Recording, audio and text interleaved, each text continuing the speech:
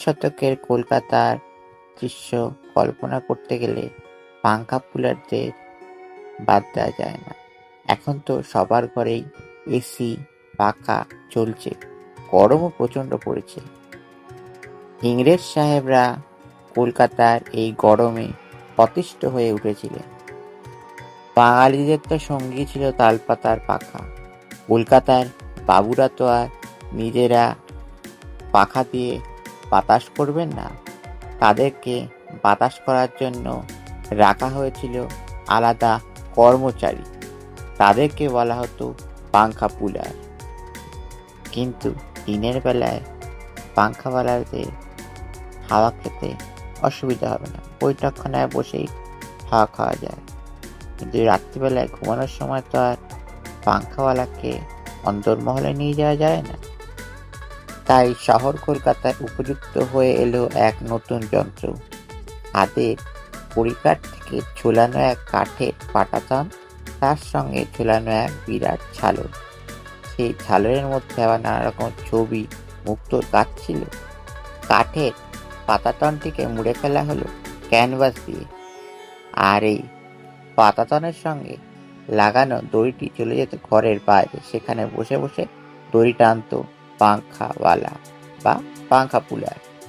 একটানা 4 ঘন্টা দড়ি টানত একজন, আবার তার সময় পেরিয়ে গেলে আর একজন এসে বসত।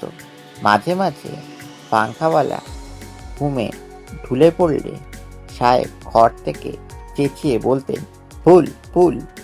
পরে ঘন্টার ব্যবস্থা করা হয়েছিল।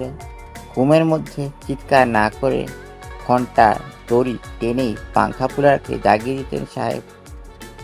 সাহেবের বাড়ি থেকে এই পাংখা এসে গেল বাবুদের বাড়িতে। শুরুটা হয়েছিল শোভাবাজার রাজবাড়ি থেকে। সেই সময় অনেকেই একে কর্মস্থানের একটা রাস্তা বলে মনে করেছিলেন।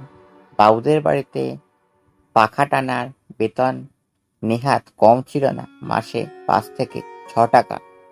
1870 সালে সুলভ সমাচার পত্রিকায় প্রকাশিত একটি চিঠি থেকে জানা যায়, এক ব্যক্তি অনুরোধ জানিয়েছিলেন বাবুরা যেন পাংখা পুলারদের কাজে অন্ধদের নিয়োগ করেন, তাহলে গরমের চড়া রোদে তাদের ভিক্ষা করে ফিরতে হয় না।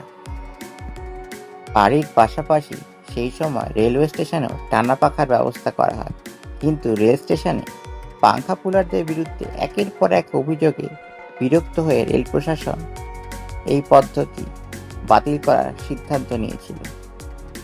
পাংখা পুলারদের জীবিকা শেষ হতেও বেশি সময় লাগেনি। 1856 সালে রিপেনিং সাহেব পাংখা পুলার যন্ত্র তৈরি করলেন এবং পেটেন্টের ব্যবস্থা করলেন। কলকাতায় চালু হওয়া কলের জলের স্রোতে নিজেই চলত এই যন্ত্র। 20 শতকের আগেই বৈদ্যুতিক পাখা চলে এসেছিল। হঠাৎ করেই হারিয়ে গেল পাংখা পুলাররা। শুধু পাংখা পুলারদের কথা মনে রেখেছে তিলোত্তমা কলকাতা।